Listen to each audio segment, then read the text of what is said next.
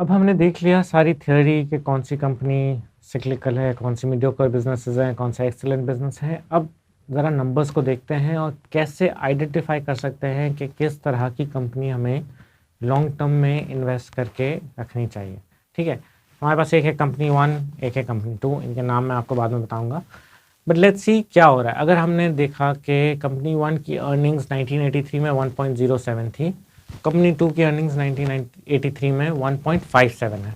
ठीक है, अगर लेट्स से दोनों कंपनियां $10 पे चल रही हैं, ₹10 पे चल रही हैं, तो उस वक्त हमें कौन सी कंपनी अच्छी लग रही है? कंपनी 2। ठीक है, 1.57 की अर्निंग है। मगर फिर हम थोड़ा और डेटा निकालते हैं। सही, लेट्स से हम खड़े हुए 1992 में, हमने हिस्टोरिक डेटा निकाला। ठीक है, अभी हमें पता करना है कि कंपनी अच्छी है या बुरी है। अगले साल 1984 में इस कंपनी की अर्निंग्स हो गई 1.16, इस कंपनी की अर्निंग हो गई 0.16। हमने कहा ये क्या हो गया कि इसकी तो अर्निंग्स 0.16 हो गई, इतनी गिर गई। फिर हमने कहा चलो एक और साल देखते हैं। इसकी अर्निंग्स हो गई 1.28। ये देखें, अब आहिस्ता आहिस्ता एक ट्रेंड बन रहा है कि इसकी अर्निंग्स बढ़ रही हैं स्लोली एंड ग्रेजुअली। इस कंपनी की बढ़ी दोबारा 0.28, मगर फिर भी उस लेवल से कम है जो हमने पहले साल देखी थी। इसकी कंपनी और बड़ी 1.42, इसकी 0.42। ठीक है, फ़र्क देख रहे हैं, शुरू हुआ था $1, 1.5, अब 5 साल बाद इस कंपनी की अर्निंग सिर्फ 0.4 है और इसकी 1.4 है। आप समझ रहे हैं मैं इसके साथ कहाँ जा रहा हूँ। इसकी अर्निंग फिर 1.6 हुई, फिर एक साल बुरा साल था बट इतनी नहीं गिरी, फिर 1.9, फिर 2.3, फिर 2.4, फिर 2.69। सही, स्लोली एंड ग्रेजुअली अगर आप इसका ग्राफ इमेजिन करें तो आप देख सकते हैं कि अगर वो बार ग्राफ है तो वो हल्के हल्के हल्के हल्के, एक साल थोड़ा सा कम है बट वो ग्रो हो रहा है। इस कंपनी में क्या हो रहा है?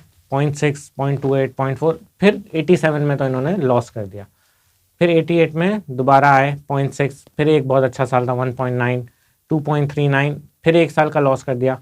और तो कुछ सालों में बिल्कुल सेम अर्निंग्स है। अगर 1990 में देखें तो आपकी अर्निंग्स बिल्कुल सेम है, बट अगर आपने ये 10 साल कंपनी होल्ड की हुई है और अगर आप इसके ओनर हैं, तो अगर आप टोटल करें जो प्रॉफिट्स आपको आ रहे हैं तो वो इस कंपनी के ज़्यादा हैं। ठीक है, और इस कंपनी में आपको पता नहीं एक साल बीच में लॉस आ गया, 1991 में दोबारा लॉस आ गया, तो इसमें कौन सी अच्छी कंपनी है?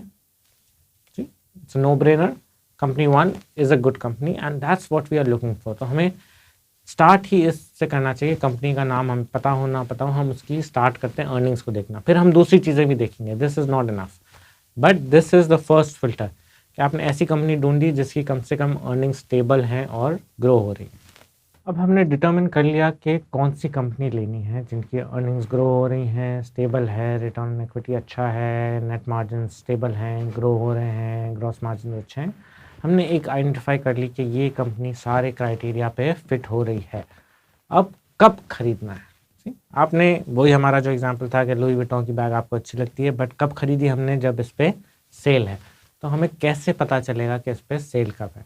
एक तो हम प्राइस देख सकते हैं। ठीक है, अगर प्राइस बहुत गिर गई, बट वो जो हमने शुरू में देखा था कि महंगा और सस्ता किस तरह डिफाइन होता है, वो प्राइस से नहीं होता है, वो है पी रेशो से। ठीक है, तो हमने ये देखना है कि एक कंपनी का पी रेशो महंगा है या सस्ता है। ठीक है, तो वो हम कैसे देखेंगे? हम उसकी हिस्ट्री निकालेंगे कि वो कंपनी प्रीवियसली किस पी रेशो पे ट्रेड करती रही है। ठीक है, तो लेट्स से एक कंपनी है जो 2010 में 12 के पी पे ट्रेड हो रही थी, फिर 2015 में 15 के पी पे ट्रेड हो रही थी, 2020 में 20 के पी पे ट्रेड हो रही थी, और अभी हमारे पास 2023 में ये 12 के पी पे मिल रही है। तो हमें इसका एक ग्राफ बनाना है कि इसकी रेंज क्या है। इसकी पी रेंज जो अभी हमारे पास डेटा है इससे 12 से 20 के बीच में है। तो लेट्स से ये हमारा एक ग्राफ है जो शुरू होता है 10 पे और ख़त्म होता है लेट्स से 25 पे। ये कंपनी है जो 12 से 20 के बीच में ट्रेड कर रही है और इस वक्त हमें इसके लोअर साइड पे मुयस्सर है या मिल रही है, तो it is a good time to buy. ठीक है, अगर ऑल ऑफ अ सडन कुछ मार्केट में बहुत तेज़ी हो जाती है और सारे स्टॉक्स बढ़ना शुरू हो जाते हैं और फॉर सम रीज़न इसका पी रेशो 40 पे पहुंच जाता है और अभी आपने इस कंपनी को एनालाइज किया है और आपको बहुत अच्छी लग रही है, मगर इस वक्त वो 40 के पी पे है, पुरानी जो रेंज थी इसकी वो 12 से 25 के बीच में थी, तो इट इज़ रेकमेंडेड कि अभी आप ना खरीदें, थोड़ा सा वेट करें, अर्निंग्स बढ़ जाएंगी, पी रेशो कम हो जाएगा, that would be a better time to buy. कि अर्निंग्स बढ़ जाएंगी, अगर प्राइस सेम रहती है तो पी रेशो कम हो जाएगा। लेट्स से अगर प्राइस 10 की है, उसकी अर्निंग्स 10 की है, तो 10 का पी रेशो है। अर्निंग्स 12 की हो गई तो इसका पी रेशो 8 सवा 8 के करीब हो जाएगा। इसी तरह अगर वो 40 के पी पे ट्रेड कर रहा है फॉर सम रीजन, लोग समझ रहे हैं कि इसकी अर्निंग्स बहुत बढ़ेंगी, जस्ट वेट एंड सी अगले साल या उसके अगले साल अर्निंग्स बढ़ती हैं या प्राइस नीचे, कोई एक चीज हो जाएगी। तो that is when you buy a stock. So आपने पहले डिटरमिन कर लिया कौन सा स्टॉक खरीदना है, उसकी अर्निंग्स देख ली, ग्रोथ देख ली, पूरी तरह से मुतमईन हो गए, सारे सवाल पूछ लिए कि उसके कॉम्पिटिटर्स कौन हैं, उसके कस्टमर्स उसको कितना प्यार करते हैं, एक दफा डिटरमिन हो गया, इस तरह के 5-6 स्टॉक्स ले लें, फिर उनको तब बाय करें जब वो सस्ती हो। सस्ती in terms of P ratio या price to book, not in terms of price. बहुत सारी कंपनीज है पाकिस्तान में 3,000 रुपए की चल रही है, 25,000 रुपए की एक दो कंपनी में देखी है। जरूरी नहीं है कि वो महंगी हो सकता है कि पी रेशो पे वो सस्ती हो, and it is a good time to buy these companies. And then पहला स्टेप आइडेंटिफाई द कंपनी, कब खरीदना है, जब वो सस्ती हो। Third is hold on to them forever.